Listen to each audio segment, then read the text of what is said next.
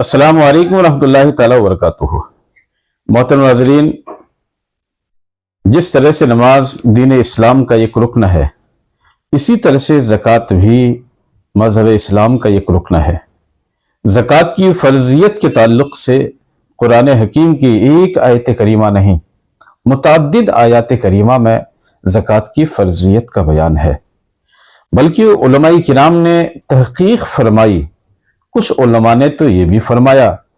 کہ زکوٰۃ کی اہمیت اس قدر ہے کہ 82 جگہوں میں قرآن حکیم میں نماز کے ذکر کے ساتھ ساتھ زکوٰۃ کا ذکر کیا گیا ہے۔ حالانکہ محققین نے اس کی تحقیق کی اور یہ فرمایا 82 جگہ تو نہیں ہے، البتہ 32 کے آس پاس جگہ ہیں جہاں پہ نماز اور زکوٰۃ دونوں کا تذکرہ قرآن حکیم میں ایک ساتھ ہے۔ قرآن کریم میں رب کریم نے ایک جگہ ارشاد فرمایا، اقیم الصلاۃ وآتوا الزکاۃ، نماز پڑھو زکوٰۃ دو، تو زکوٰۃ دینا فرض ہے۔ اسی طرح سے قرآن حکیم میں دوسری جگہ رب کریم ارشاد فرماتا ہے، پارہ نمبر 18 سورہ مومنون میں، والذین هم للزکاۃ فاعلون، یعنی کامیاب وہ لوگ ہیں جو زکوٰۃ کی ادائیگی کرتے ہیں۔ چوتھے پارہ کی بالکل شروع میں سورہ بقرہ کی آیت نمبر 263 میں رب کریم ارشاد فرماتا ہے، لن تنالوا البر حتى تنفقوا مما تحبون، کہ تم ہرگز نیکی حاصل نہ کر سکو گے جب تک کہ اپنی جو سب سے زیادہ پسندیدہ چیز ہے اسے اللہ کی راہ میں خرچ نہ کر لو۔ اسی طرح سے پارہ نمبر 4 سورہ آل عمران آیت نمبر 180 میں رب کریم ارشاد فرماتا ہے، وَلَا يَحْسَبَنَّ الَّذِينَ يَبْخَلُونَ بِمَا آتَاهُمُ اللَّهُ مِنْ فَضْلِهِ هُوَ خَيْرًا لَهُمْ بَلْ هُوَ شَرٌّ لَهُمْ سَيُطَوَّقُونَ مَا بَخِلُوا بِهِ يَوْمَ الْقِيَامَةِ، کہ جو لوگ اس کے ساتھ بخل کرتے ہیں جو اللہ عز و جل نے اپنے فضل سے انہیں دیا، وہ یہ گمان نہ کریں کہ یہ ان کے لیے بہتر ہے بلکہ یہ ان کے لیے برا ہے۔ اس چیز کا قیامت کے دن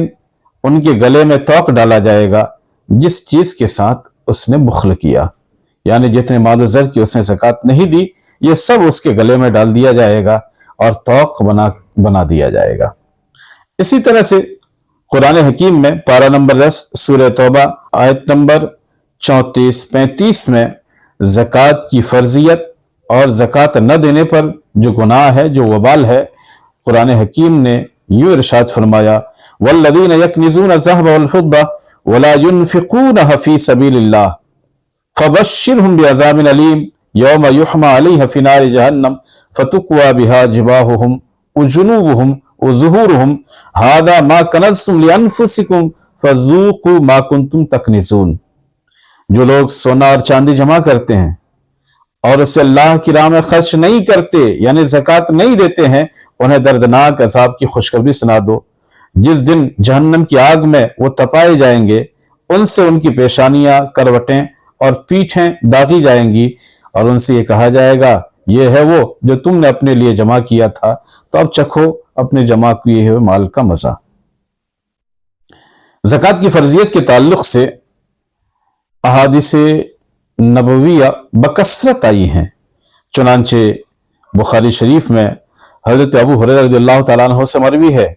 فرماتے ہیں کہ من آتاہ اللہ مالا فلم یؤدی زکاتہ، جسے اللہ عز و جل نے مال عطا فرمایا اس نے اس کی زکوٰۃ نہیں دی، تو قیامت کے دن وہ مال گنجے سانپ کی صورت میں کر دیا جائے گا جس کے سر پہ 2 چتیاں ہوں گی، وہ سانپ اس کے گلے میں توق بنا کر ڈال دیا جائے گا، پھر اس کی بانچیں پکڑے گا اور کہے گا، انا کنزک انا مالک انا کنزک، میں تیرا مال ہوں، میں تیرا خزانہ ہوں۔ اس کے بعد نبی اکرم صلی اللہ تعالی وسلم نے اس آیت کریمہ کی تلاوت فرمائی، وَلَا يَحْسَبَنَّ الَّذِينَ يَبْخَلُونَ۔ حضرت امام احمد بن حنبل نے حضرت ابو ہریرہ رضی اللہ تعالیٰ عنہ سے یوں روایت کی کہ جس مال کی زکوٰۃ نہیں دی گئی، قیامت کے دن وہ گنجا سانپ ہوگا، مالک کو دوڑائے گا، وہ بھاگے گا یہاں تک کہ اپنی انگلیاں اس کے منہ میں ڈال دے گا۔ ظاہر سی بات ہے کہ سانپ گنجا نہیں ہوتا، کیونکہ گنجا اسے کہتے ہیں جس کے سر پہ بال ہوں، اور بال آتے ہوں عادتاً، بال نہ ہو تو اسے ہم گنجا بولتے ہیں۔ اور جس میں بال آئے ہی نہ اسے گنجا نہیں کہا جاتا۔ موبائل ہے، اس میں بال ہوتے نہیں، اسے گنجا نہیں کہیں گے۔ ٹیبل ہے، اس میں بال آتے ہی نہیں، اسے ہم گنجا نہیں کہیں گے۔ انسان کے سر پہ بال آتے ہیں، اگر بال اڑ جائیں، نکل جائیں، تب ہم اسے کہیں گے گنجا۔ سانپ میں تو بال ہوتے ہی نہیں، سانپ کے سر پہ بال ہوتے ہی نہیں، تو پھر کیوں کہا گیا گنجا؟ محدثین نے، شارحین حدیث نے اس کی توضیح فرمائی کہ اصل میں جب سانپ پرانا ہو جاتا ہے، سانپ کی عمر زیادہ ہونے کی وجہ سے اس کا زہر اور زیادہ تیز ہو جاتا ہے۔ زہر کے تیز ہونے کی بنا پر اس کے سر کے جو کھال ہیں وہ نکل جاتے ہیں۔ تو یہ کنایا ہے اس بات سے کہ وہ سانپ بہت زیادہ زہریلا ہے۔ اسی طرح سے امام مسلم نے حضرت ابو ہریرہ رضی اللہ تعالیٰ عنہ سے روایت کی کہ جو سونے چاندی کا مالک ہو اس کا حق ادا نہ کرے، یعنی اس کی زکوٰۃ نہ دے، تو جب قیامت کا دن ہوگا اس کے لیے آگ کے پتھر بنا دیے جائیں گے، ان پر جہنم کی آگ بھڑکائی جائے گی، ان سے ان کی کروٹ اور پیشانی پیٹھ داغی جائے گی، جب ٹھنڈے ہونے پر آئیں گے پھر ویسے ہی کر دیے جائیں گے۔ اور یہ 2-4 گھنٹے کے لیے نہیں بلکہ پورے قیامت کے دن ہوگا، جو دنیاوی سالوں کے حساب سے 50,000 کا سال ہے، یہاں تک کہ 50,000 سال کا ایک دن ہے، یہاں تک کہ بندوں کے درمیان فیصلہ ہو جائے گا۔ اب وہ اپنی راہ دیکھے گا کہ جنت کی طرف جاتا ہے یا جہنم کی طرف۔ اور اونٹ کے بارے میں فرمایا جو اونٹ کی زکوٰۃ نہیں دیتا، قیامت کے دن ہموار میدان میں سلا دیا جائے گا، لٹا دیا جائے گا، وہ سب اونٹ سب کے سب نہایت فربا ہو کر کے آئیں گے، پاؤں سے رون دیں گے، منہ سے کاٹیں گے۔ جب اونٹ کا اگلا حصہ گزر جائے گا، ان کی اگلی جماعت گزر جائے گی، پچھلی آئے گی، پھر یہ پورے 50,000 سال کا جو قیامت کا دن ہوگا، پورے دن وہ کیا جائے گا۔ بکریوں کے بارے میں فرمایا اس شخص کو ہموار میدان میں لٹا دیا جائے گا، وہ سب کے سب آئیں گی، ان میں نہ تو کسی بکری کی سینگ مڑی ہوئی ہوگی، نہ ہی کوئی بکری بغیر سینگ کی ہوگی، نہ ہی کسی بکری کی سینگ ٹوٹی ہوئی ہوگی۔ بکریاں سینگوں سے ماریں گی، کھروں سے روندیں گی، اور یہ کیا جائے گا کب تک؟ پورے قیامت کے دن میں، جو دنیاوی سالوں کے حساب سے قیامت کا دن 50,000 سال کا ہوگا۔ اسی طرح صحیحین میں اونٹ، گائے، بکریوں کی زکوٰۃ نہ دینے میں حضرت ابو ہریرہ رضی اللہ تعالیٰ عنہ سے بھی روایت آئی ہے۔ نیز ابو داؤد نے حضرت عبداللہ ابن عباس رضی اللہ تعالیٰ عنہ سے روایت کی کہ جب آیت کریمہ والذین یکنزون الذھب والفضہ، یہ آیت کریمہ نازل ہوئی، مسلمانوں پر شاخ گزرا۔ وہ لوگ یہ سوچ لیے کہ شاید سونا چاندی رکھنا ہی حرام ہے، تو بہت دقت کا سامنا ہوگا۔ خلیفۃ المسلمین، خلیفہ دوم حضرت فاروق اعظم رضی اللہ تعالیٰ عنہ نے ارشاد فرمایا، میں تم سے مصیبت کو دور کروں گا، تمہاری تکلیف دور کروں گا۔ نبی اکرم صلی اللہ علیہ وسلم کی خدمت میں حاضر ہوئے، عرض کی یا رسول اللہ صلی اللہ علیہ وسلم، یہ آیت کریمہ اصحاب پر گھنا معلوم ہوئی ہے۔ نبی اکرم صلی اللہ علیہ وسلم نے ارشاد فرمایا، اللہ تعالیٰ نے زکوٰۃ تو اسی لیے فرض کی کہ تمہارے باقی مال کو پاک کرے۔ تو اس کا مطلب یہ ہوا کہ یہ جو حرمت ہے کہ مال جمع کر کے رکھنا حرام ہے، یہ کب؟ جب کہ مال کی زکوٰۃ ادا نہ کرے تب۔ اگر مال کی زکوٰۃ ادا کرتا ہے تو یہ مال پاک و صاف ہو گئے، اور اسے رکھنا جائز ہے۔ امام بخاری نے اپنی تاریخ میں، امام شافعی، امام بزار، بیہقی نے ام المؤمنین حضرت عائشہ رضی اللہ تعالیٰ عنہا سے روایت کی کہ نبی اکرم صلی اللہ علیہ وسلم نے ارشاد فرمایا، زکوٰۃ کسی مال میں نہ ملے گی مگر اسے ہلاک کر دے گی۔ علماء کرام نے، شارحین حدیث نے اس حدیث شریف کا معنی یہ بیان فرمایا کہ اس کے مال میں زکوٰۃ ادا ہو گئی، زکوٰۃ ادا نہ کی اس نے اور اپنے مال میں ملائے رہا، تو یہ حرام مال اس حلال مال کو بھی ہلاک کر دے گی۔ اسی طرح طبرانی نے اوسط میں حضرت بریدہ رضی اللہ تعالیٰ عنہ سے روایت کی کہ حضور صلی اللہ علیہ وسلم نے ارشاد فرمایا، جو قوم زکوٰۃ نہ دے گی اللہ تعالیٰ اسے قحط سالی میں مبتلا فرما دے گا۔ آج ہم دیکھتے ہیں کہ ہمارے بہت سارے علاقے ایسے ہوتے ہیں جہاں کے لوگ قحط سالی میں مبتلا ہوتے ہیں، تو قحط سالی میں مبتلا ہونے کی ایک وجہ یہ بھی ہے کہ زکوٰۃ نہ دینے کی وجہ سے اللہ عز و جل غضب فرماتا ہے اور قوم کو قحط سالی میں مبتلا کر دیتا ہے۔ امام طبرانی نے معجم اوسط میں حضرت فاروق اعظم رضی اللہ تعالیٰ عنہ سے روایت کی، حضور صلی اللہ علیہ وسلم نے ارشاد فرمایا، خشکی و تری میں جو بھی مال تلف ہوتا ہے، ضائع ہوتا ہے، وہ زکوٰۃ نہ دینی ہی کی وجہ سے ضائع ہوتا ہے۔ امام مسلم نے، امام بخاری نے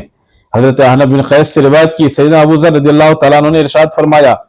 کہ جو لوگ زکوٰۃ ادا نہیں کرتے ان کے پستان کے سر پر، یعنی سینے میں جو پستان ہے اس کے سرے پر جہنم کا گرم پتھر رکھا جائے گا، یہ پتھر سینہ کو توڑ کر پیٹھ کی طرف سے نکل جائے گا، شانہ کی ہڈی پہ رکھیں گے تو ہڈیاں توڑ کر سینے سے وہ نکلے گا۔ اسی طرح سے ابن خزیمہ نے، ابن حبان نے اپنی صحیح میں حضرت ابو ہریرہ رضی اللہ تعالیٰ عنہ سے روایت کی، نبی اکرم صلی اللہ علیہ وسلم نے ارشاد فرمایا دوزخ میں سب سے پہلے 3 شخص جائیں گے۔ ایک شخص وہ مالدار ہے کہ جو اپنے مال کی زکوٰۃ نہیں دیتا۔ طبرانی نے معجم کبیر میں سند صحیح کے ساتھ حضرت عبداللہ ابن مسعود رضی اللہ تعالیٰ عنہ سے روایت کی، فرمایا کہ ہمیں حکم دیا گیا ہے کہ نماز پڑھیں، زکوٰۃ دیں، اور جو زکوٰۃ نہ دے اس کی نماز قبول نہیں ہوتی۔